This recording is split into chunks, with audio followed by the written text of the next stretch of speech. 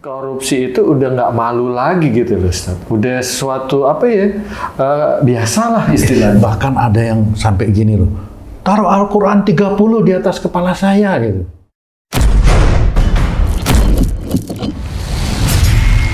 Bismillahirrahmanirrahim. Assalamualaikum warahmatullahi wabarakatuh. Waalaikumsalam warahmatullahi wabarakatuh. Amin ya rabbal alamin. Para pemirsa dan sahabat beriman dimanapun berada, kita jumpa lagi di Ustadz Danu Official Channel. Semoga kita selalu dalam lindungan Allah Subhanahu wa Ta'ala. Amin ya rabbal alamin. Pada kesempatan kali ini kita akan ngaji lagi bersama guru kita semua, Pak Ustadz Danu. Assalamualaikum Pak Ustadz. Waalaikumsalam warahmatullahi wabarakatuh. Amin ya rabbal alamin. Pak Ustadz, kita ini kan sering sekali berdoa gitu ya Pak Ustadz, bagaimana supaya bisa mendapatkan harta yang banyak gitu kan.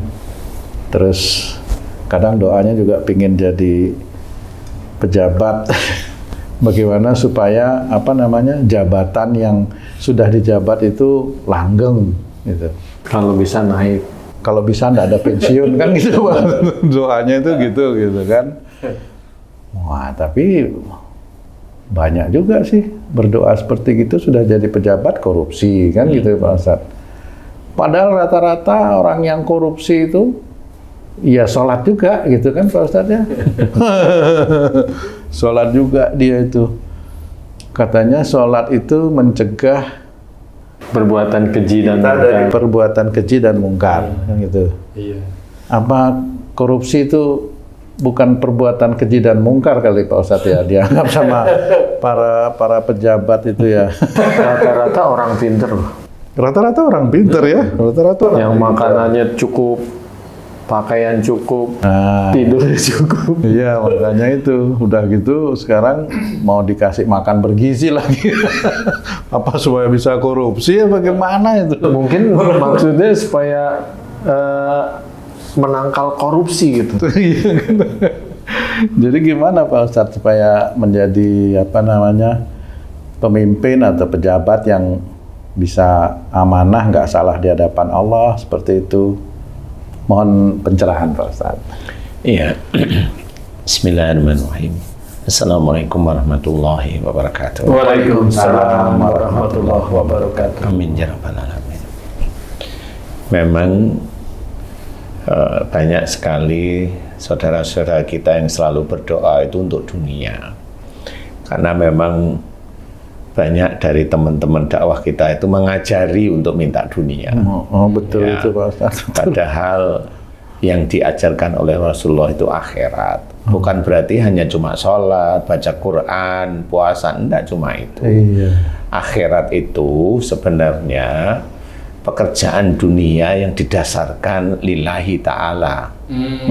Jadi itu seperti itu. Jadi akhirat itu walaupun kita hidup di dunia adalah pekerjaan yang kita lakukan sehari-hari yang lillahi ta'ala untuk mencari ridha Allah.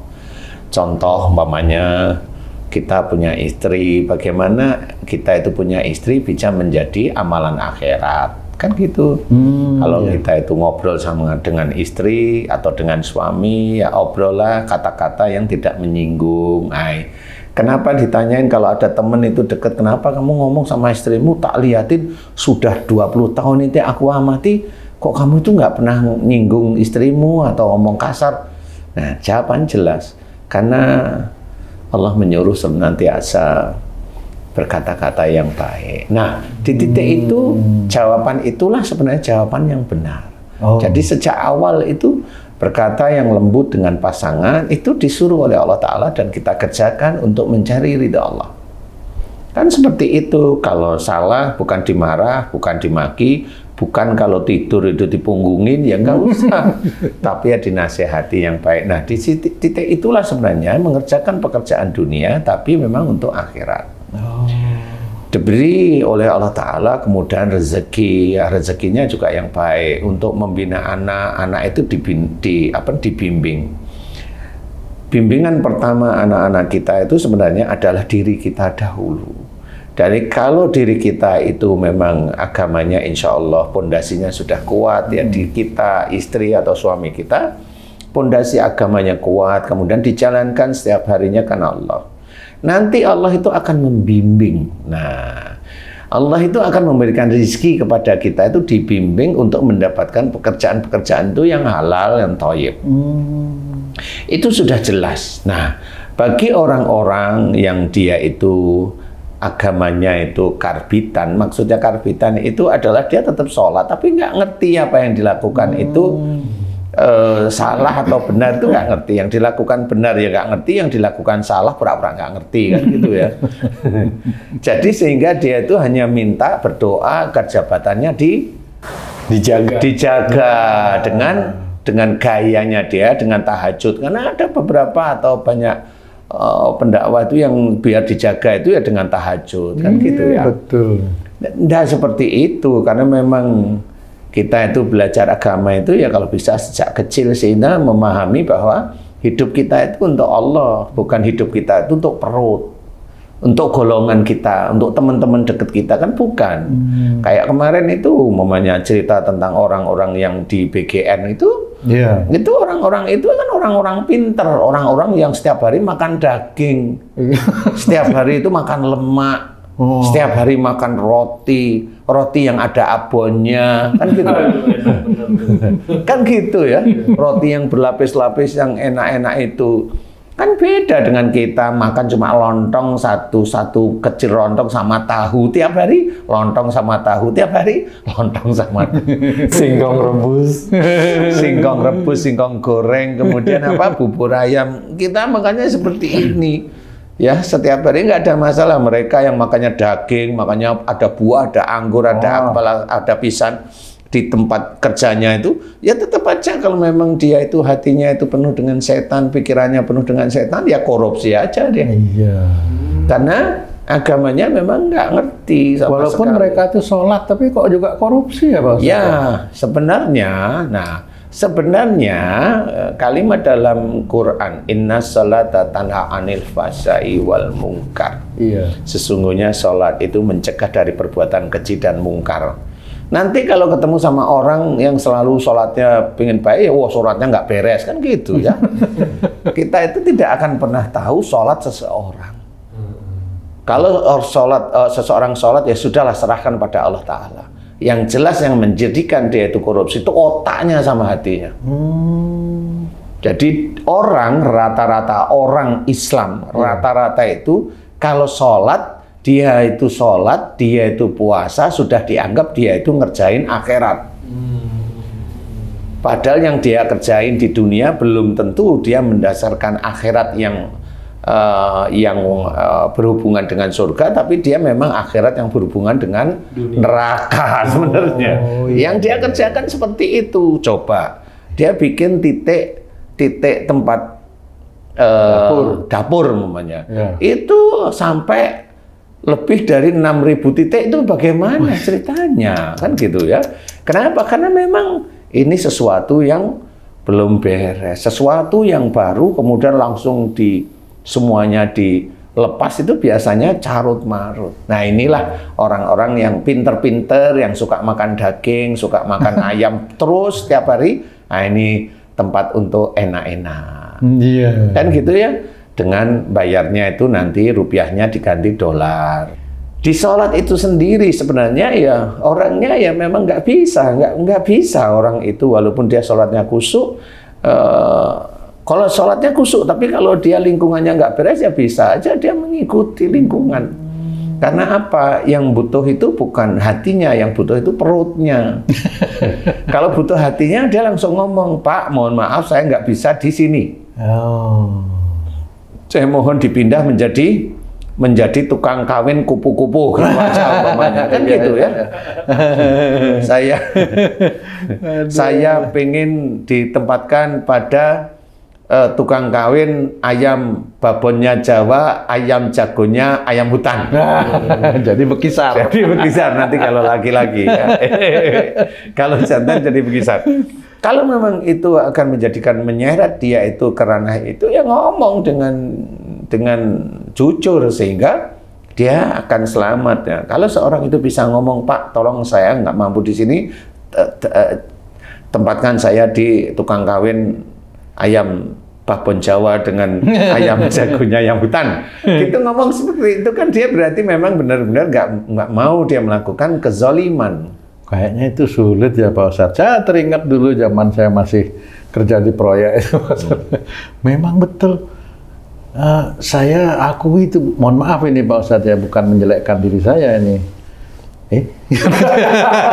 Menjelekkan orang lain boleh, minta maaf. Kami sholat berjamaah itu memang di awal sudah disampaikan supaya proyeknya untung. Gitu Pak Ustadz. Akhirnya saya kan juga, oh iya juga ya gitu, karena kurangnya apa namanya iman gitu kira-kira ya. Terus berdoanya juga gitu. Aduh, mudah-mudahan ini jabatannya nggak diturunin gitu loh. Karena kan lumayan Pak Ustadz penghasilan dari jabatan itu kan, ada tunjangan jabatan macam-macam itu. Akhirnya setelah dengar-dengar dari Pak Ustadz, aduh saya nyesal juga ya. Memang sulit kalau kita mau nggak bicara masalah harta, masalah jabatan itu Pak Ustadz. Apa sih sebenarnya yang menyebabkan kok terjerumus ke keduniawian itu Pak Ustadz? Seneng aja. Gimana itu Mas? Seneng aja kali ya. Memang enak ya. Salah itu ya Pak Ustadz. Nah, kan salah. Salah. Ya, Mungkin juga karena takut kekurangan kali jadi bisa, begitu. bisa takut kekurangan atau karena memang lihat orang seneng. Di Indonesia ini kan narsisnya itu lebih banyak. Narsis itu lebih banyak. Ada yang narsis itu pamer flexing ya, flexing itu betul. pamer harta. Di YouTube itu pamer harta itu kan banyak. Itu artis-artis ya kan gitu, banyak sekali pamer harta. Kalau enggak narsis masalah pidato, narsis ngalor ngidul ngomong kayaknya dia paling hebat kan ada. Pejabat yang dia itu narsis merasa bangunan ini dia yang ini siapa. Itu kan banyak seperti itu ya. Nah, di Indonesia itu seperti itu. Jadi sehingga itu yang memicu orang lain itu untuk meniru dia. Apa penyebabnya satu Indonesia bisa seperti itu Pak Ustadz? Ya penyebabnya itu kan memang korupsi sudah merajalela. Berarti apa namanya rame-rame begitu ya rusaknya itu. Berjamaah gitu rusaknya itu. Iya, memang seperti itu. Jadi kalau memang mau numpas ya ganti aja semuanya dengan yang baru. Tapi belum tentu yang baru itu juga baik juga gitu.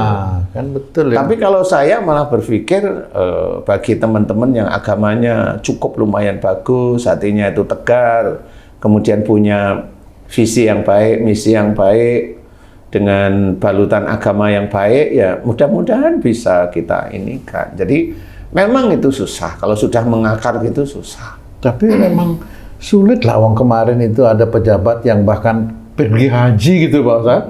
Begitu pulang langsung diciduk sama KPK ya, korupsi lah, kan susah juga tuh. Balutan itu harus seperti apa sebenarnya Pak Ustadz? Ya pengetahuan agama itu jelas, kemudian hatinya kepada Allah Ta'ala itu tidak tipis gitu loh. Nah ini hati kepada Allah Ta'ala itu tidak tipis, jadi menuhankan Allah itu kuat gitu. Jadi lihat harta itu tidak miur ya.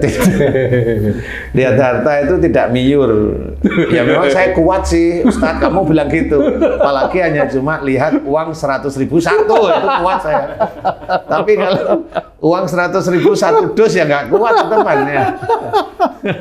Aduh. Apalagi satu titik dapur itu bayar 100 juta mamanya. Ya mana kuat ya. Kalau sudah kadung begitu itu Pak Ustadz, kebiasaan korupsi, markup itu gimana caranya untuk menetralisir itu Pak Ustadz? Maksudnya menetralisir pikiran atau perbuatan? Atau ini maksudnya biar enggak, ini berjamaah kan jadi rusak negara. Ya memang Pak Ustadz. seperti ya ngomong aja dengan presiden kan gitu. Pak, ini mohon maaf, ini sudah ada korupsi di daerah sini, ngomong aja. Masalahnya sekarang, Ustadz, korupsi itu udah nggak malu lagi gitu loh, Ustadz. Udah suatu apa ya, biasalah istilahnya. Bahkan ada yang sampai gini loh, taruh Al-Quran 30 di atas kepala saya gitu. Hah? 30 apa? Tahu. 30 juz, iya. Ini 30 tumpuk gitu. Makanya aku juga, wah ini maunya ngomongnya Al-Quran tapi kok 30 biji itu juga mengherankan sekali. Ternyata diciduk. Ya, terlalu sombong seperti itu. Iya, makanya sejak awal dia itu tidak dekat dengan Allah. Itu aja ya, Pak? Hanya itu aja. Kalau dekat dengan Allah, dekat dengan gimana? Umpamanya sholatnya tertib, puasanya tertib, baca Qur'annya tertib, kemudian zikrullah tertib, kumpul dengan orang-orang yang soleh, kan gitu ya. Itu insya Allah dia akan mulai terjaga dari perbuatan-perbuatan yang tidak baik. Insya Allah seperti itu. Makanya kalau dia hanya cuma saya pejabat, nanti di institusi itu ada kajian dia diem gini aja, nggak pernah ngomong, nggak pernah ini, jadi merasa dia yang bayar ustadznya. Itu kan orang-orang sombong sebenarnya. Padahal di agama juga nggak tahu, kan gitu. Padahal dia harus dengerin omongan ustadznya, beneran. Kan gitu. Tapi karena dia sudah menjadi fasik sejak awal, ya sudah ditutup hatinya oleh Allah Ta'ala. Sehingga dia sholat itu hanya kayak orang munafik aja. Kalau di depan orang ya dia kelihatan beriman kepada Allah Ta'ala, nanti di belakang ya keruk-keruk sendiri ya. Sebenarnya saya hanya cuma biar kelihatan beriman aja di depan mereka, kata itu. Kata yang korupsi itu sebenarnya ngomongnya begitu hatinya.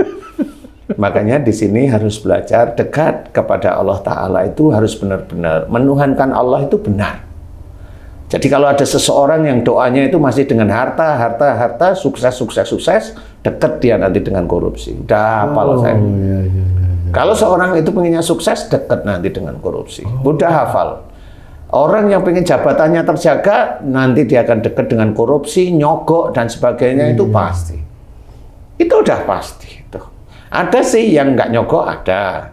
Tapi dulu apa? Nah, dia diangkat karena yang angkat itu dia berterima kasih dengan bapaknya yang dia angkat sekarang. Gitu.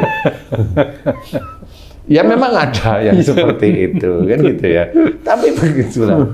Ya, jadi yang harus hati-hati adalah dekat dengan Allah Ta'ala. Kalau memang seseorang itu dia punya imannya itu tidak kuat pada saat dia itu menjabat tertentu, ya pasti dia akan dipindah. Dia oleh Allah Ta'ala akan dipindah di tempat yang kering. Oh gitu. Tapi kalau dia di tempat kering itu dia ngomong, oh saya nggak enak sekarang dipindah sama musuh-musuh saya tempat kering. Oh, dia berarti protes sama Allah gitu. Berarti nggak cocok kamu sholatmu dengan dipindah, itu nggak cocok. Berarti sholatmu itu hanya ingin kamu itu di jabatan yang basah. Berarti kamu itu mau menipu Allah sebenarnya. Ya nggak seperti itu. Kan banyak orang yang seperti itu. Kalau di tempat yang kering nggak ada cepretan itu terus ngeluh dia. Kan. Nah itu percuma itu dia sholat. Berarti dia itu bisa dikatakan munafik di hadapan Allah Ta'ala. Nah orang yang seperti itu akan mudah sekali korupsi. Walaupun dia sholat. Artinya kejadian itu sebenarnya salah satu Allah mau menyelamatkan orang itu, Pak Ustaz? Ya sebenarnya Allah mau menyelamatkan orang itu. Tinggal pada waktu diselamatkan pertama, dia ngeluh apa enggak? Ditunggu sama Allah. Kan diuji dengan kekurangan harta sebenarnya. Itu kan diuji. Kalau memang dia itu kuat dengan mengucap sesungguhnya kami milik Allah dan akan kembali pada Allah Ta'ala, ya dia nanti lulus. Tapi kalau dia nggak enak, kan sudah jelas, nggak lulus, dia sudah di hadapan Allah Ta'ala. Nah, titik-titik itulah sebenarnya harus difahami. Kita mau akhirat atau kita mau dunia. Makanya kalau ada orang yang mengajarkan dunia, sukseslah jabatan biar tidak digoyang lah. Nanti agar kalau orang yang mau ganggu jabatan itu nanti Allah yang turun sendiri. Itu urusin dunia apa urusin akhirat kan gitu ya. Jangan seperti itu gitu loh. Kalau memang kita berdakwah ya ajarkan jamaah kita itu untuk dekat kepada Allah Ta'ala. Yang dicari itu akhirat. Akhirat itu bukan cuma sholat tok, bukan cuma baca Quran tok, bukan cuma puasa tok, bukan cuma hormat dengan orang tua tok. Yang kita kerjakan sehari-hari, yang kita dasarkan dengan syariat agama kita, dan hanya untuk mencari ridha Allah, itu juga akhirat. Kan seperti itu. Tapi kalau udah urusannya sukses, urusannya jabatan biar tidak didongkrak, urusannya itu harta yang banyak, wes itu akan dekat dengan korupsi dan siapa saja ada. Sudah, karena dia sudah jelas, ya Allah berikan aku harta banyak. Lu kan begitu Iya, sudah. bener. Kalau ada kesempatan kan dia pasti ambil. Iya. Wong dia juga makan daging. Ustaz, kalau ada orang kaya raya lah, jabatannya bagus, akhiratnya juga bagus, itu doanya seperti apa sih, Ustaz? Loh, saya nggak pernah lihat seperti itu. Kalau dia kaya dari orang tuanya kan ya kaya juga. Oh, warisan. Warisan. Tapi orang tuanya kan baik, nggak korupsi. Walau alam, orang tuanya dari mana? Makanya. Orang tuanya mana? Oh, orang tuanya pengusaha. Pengusaha apa sekarang? Pengusaha apa coba sekarang? Pengusaha ini. Pengusaha apa coba? Sawit misalnya. Pengusaha sawit kan bisa itu Pengusaha ekspor impor. Kemarin kepegang kan gitu. Lewat bea cukai kepegang gitu. benar. Itu yang belum kepegang banyak itu deg-degan itu sebenarnya. Nah, yang mana coba? Pengusaha apa coba disebutin? Oh, bapaknya itu kontraktor. Yang mana sekarang? Kan bisa sebenarnya dilacak itu sebenarnya. Jadi kita tidak bisa bercerita bahwa kalau dia kaya raya itu karena dengan doanya bagaimana atau ini, tidak bisa. Bisa aja kaya rayanya itu istijrat dari Allah Ta'ala. Dia kan hanya memberikan, menikmati dari kekayaan orang tua. Dianya sendiri gimana? Dia kelihatan ibadahnya tekun-tekun, nggak taunya dia malas orangnya lah. Kan jelas itu, bukan tipe soleh dia. Walaupun dia sholat, iya soleh itu bukan dari sholatnya. Malas, nggak mau kerja. Hanya mengandalkan uang dari warisan. Jelas, itu bukan soleh. Oh, iya. Kalau orang yang soleh, selain dia itu sholatnya tertib dan sebagainya, dia itu tetap rajin dia melakukan pekerjaan sehari-hari. Dia kaya tapi kerjaannya ada nih teman saya. Teman saya itu lumayan, hartanya lumayan lah. Hartanya itu lumayan, di atas 50 miliar. Berapa? Insya Allah 90-an miliar.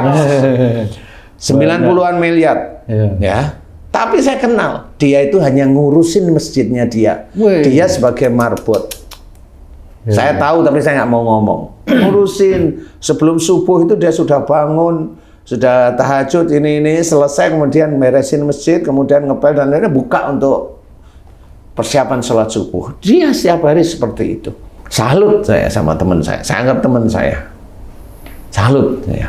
Masih seperti itu. Kenapa kok kamu sendiri kan kamu bisa ini. Dia ngomong. Sekarang itu, mohon maaf loh ya, yang ngurusin masjid itu biasanya tetap nomor satu uang. Ya, iya. Sudah uang sudah diberikan, malesnya muncul nanti. Dan dia berganti-ganti yang ngurusi masjid. Akhirnya dia berpikir, turun tangan sendiri. ya sudah saya jalan. Akhirnya dia turun tangan sendiri.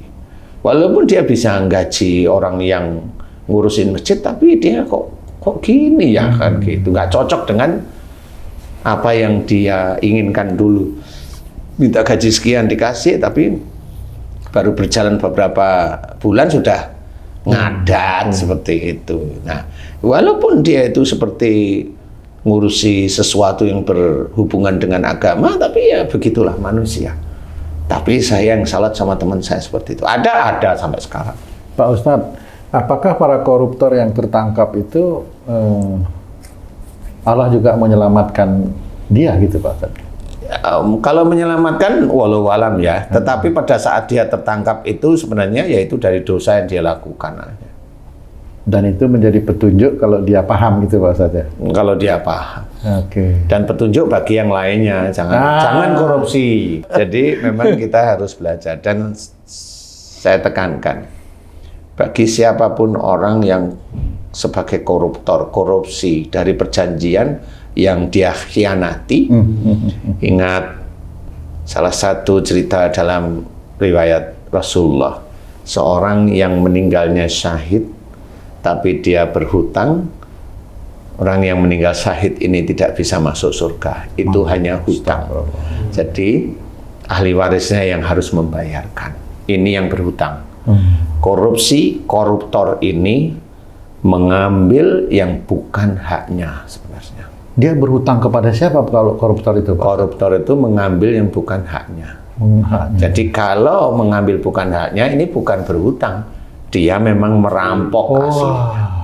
Dia mencuri dan dia merampok, dan itu pasti tidak mungkin masuk surga. Itu jelas, walaupun dia sholat, walaupun jidatnya itu ada tanda secara lahiriah, tidak bisa masuk surga. Camkan itu agar bisa memahami bahwa kalau kamu hanya mencari dunia, camkan itu. Karena orang kalau doanya hanya ingin sukses, pasti dia akan dekat dengan korupsi. Kalau dia doanya ingin kaya, dia akan dekat dengan korupsi. Itu sudah jelas. Tapi kalau dia hanya cuma, ya Allah, izinkan saya berikhtiar, beri aku rizki yang halal dan thayyib, dan insya Allah berkah. Aku hidup di dunia ini hanya untuk mencari ridhomu. Amin ya rabbal alamin. Boleh ditambahi, mudahkan segala urusan duniaku dan akhiratku. Amin. Boleh. Silahkan. Tetapi jelas, hidup di dunia itu untuk mencari ridha Allah. Nah, disitulah kita harus belajar bahwa tidak untuk memuaskan perut, memuaskan di bawah perut, atau memuaskan mata, memuaskan otak. Jadi hidup itu memang untuk mencari ridha Allah. Padahal kalau sudah jadi pejabat-pejabat itu kan disumpah juga tuh Pak Ustadz, kalau orang Islam pakai Quran lagi nyumpah itu. Berapa banyak yang sudah dia langgar gitu. Coba yang bawa Quran itu, yang dengerin tuh orang yang doanya mudah dikabulkan oleh Allah Ta'ala. Coba gitu. Gitu ya Pak Ustadz. Itu yang disumpah, itu masuk penjara semua itu nanti. Ya, insya Allah seperti itu. Jadi belajarlah untuk tidak minta sukses. Belajarlah hanya dimudahkan oleh Allah Ta'ala, dunia dan akhirat. Cukup kok itu. Kalau dalam skup kecil nih, kalau itu kan skupnya luas. Kecilnya apa nih? Rumah tangga. Ya.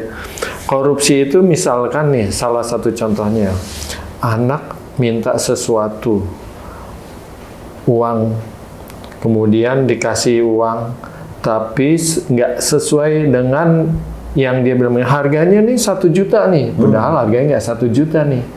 Anak ngambil kelebihannya, misalnya harganya 500.000. Tinggal, apakah itu korupsi juga tuh Ustaz? Sama. Kecuali bilang sama orang tuanya, ya ini sebenarnya harganya 700.000, tapi aku minta 1 juta, yang 300 boleh aku minta? Iya. Itu kan jujur. Nah, itu kan jujur. Berbohong nih. Kalau bohong tetap itu tidak boleh. Istri juga begitu? Sama. Beli baju 2 juta nih, nggak taunya cuma 1 juta di kantor. Ada gitu? Ada lah, banyak lah itu. Jadi kalau istri itu berbohong tentang itu, ada sesuatu yang harus difikirkan. Difikirkan itu begini, apakah si istri itu belanjanya kurang? Nggak cukup. Nggak cukup, umpamanya masih dibolehkan seperti itu. Atau suaminya pelit misalnya. Atau suaminya pelit, masih dibolehkan. Tapi kalau sudah dicukupi, tidak boleh itu yang seperti itu. Itu tetap tidak boleh seperti itu. Tetap melihat keadaan itu Pak. Ya tetap, karena memang benar. Kalau memang suaminya pelit, nggak taunya memang itu di rumah tangga itu dia juga bingung mau nyari dari mana gitu. Iya, dapatnya dari mana? Ini suaminya pelit. Kan nggak boleh seperti itu. Makanya suami juga nggak boleh pelit. Ya normal aja, tahu pengeluarannya seberapa, tahu. Sehingga semuanya itu akan terbuka. Sehingga kalau udah terbuka semuanya, istrinya juga akan tidak jujur. Nggak boleh kan gitu dengan cara salah. Tapi dengan terbuka si istri itu jujur, itulah yang benar. Nah, harus belajar lewat keadaan seperti itu, walaupun itu kelihatan kecil, tapi ya dari situ benar. Nah, anak yang ini kelihatan tidak jujur, ya nanti dikasih tahu, nggak boleh ya Dek, karena dia hanya cuma maunya untung. Normal anak kecil seperti itu. Tetapi apakah itu akan menjadi berbekas? Bisa. Kalau dia merasa enak, bisa kan di dalam otaknya kan bisa nih saya gitu. Jadi dari kecil udah markup ya? Ya. Gede ya itu tadi. Apalagi dikasih daging, buah-buahan yang enak, itu tambah kan jadi jago. Iya, jadi cara berpikirnya kan lebih pintar lagi gitu loh ceritanya. Iya seperti itu. Jadi kita belajar seperti itu. Jangan bermain-main dengan kesuksesan yang kita minta. Karena dengan minta sukses itu berarti kita itu minta diuji oleh Allah Ta'ala. Kalau kita minta kaya sebenarnya jujur. Kalau diberi oleh Allah Ta'ala, kita diuji dengan kekayaan. Biarkan Allah yang ngatur. Kita hanya cuma mudahkan segala urusan duniaku dan akhiratku, ya Allah. Amin. Cukup, nanti Allah yang ngatur. Allah yang ngatur. Sehingga kita menjadi ridho di dalam segala lini. Sama seperti kayak teman saya tadi. Orang kalau nggak tahu dikiranya dia marbot. Iya, dia marbot. Tapi hartanya lebih dari 90 miliar loh. Seperti itu. Jadi normal. Dan dia memang bicara sama saya, gimana lagi kalau nggak ada. Nah, bukan terus gimana lagi. Ya sudah, akhirnya saya, enggak. Dia langsung. Memang saya fokus sekarang menjadi pengurus masjid. Benar, bagus itu. Kan nggak ada kalimat yang ya kalau sudah nggak ada orang ya siapa lagi. Nah itu kan berarti dia itu ada ngersulo pada saat dia menjadi pengurus masjid. Bukan pengurus masjid ya ini ya. Marbotnya lah, bukan pengurus loh ya, marbotnya. Pengurusnya ada lagi. Termasuk dia juga pengurus. Jadi disinilah harus belajar. Jadi belajar dengan serius untuk menjadi seorang yang beriman kepada Allah Ta'ala itu dengan kuat. Tauhid yang benar itu sulit. Jadi jangan main-main dengan doa yang kelihatannya sepele. Ya Allah berikan saya harta banyak, itu kelihatan sepele. Tapi jujur, di dalam Al-Quran sudah ada ayat yang seperti tersebut, minta hanya dunianya, tapi nanti di akhirat dia nggak akan mendapatkan apa-apa di surga. Jelas sekali itu. Jadi jangan siapapun orang yang mengajak doa yang seperti itu atau menjadikan sukses, menjadikan kaya, udah dijawab sama Allah Ta'ala, di akhiratnya tidak mendapatkan apa-apa. Jelas sekali, malah masuk neraka nanti. Jadi kita harus berpikir yang baik. Tuntunan Allah harus kita pahami benar-benar, tidak untuk main-main. Nah, Rasulullah juga mengajarkan kita sesuatu yang baik. Jadi kita cukup berikhtiar saja. Yang penting jangan dekat-dekat dengan sesuatu menjadikan kita terlena oleh asiknya dunia. Ya, mudah-mudahan ini manfaat. Wallahu a'lam. Alhamdulillah. Terima kasih banyak Pak Ustadz pencerahannya. Para pemirsa dan sahabat beriman dimanapun berada, demikian tayangan video kami kali ini. Mudah-mudahan ini bisa bermanfaat untuk kita semua. Kami mohon maaf jika ada kesalahan dan terima kasih atas perhatiannya. Wassalamualaikum warahmatullahi wabarakatuh. Waalaikumsalam warahmatullahi wabarakatuh. Alhamdulillah.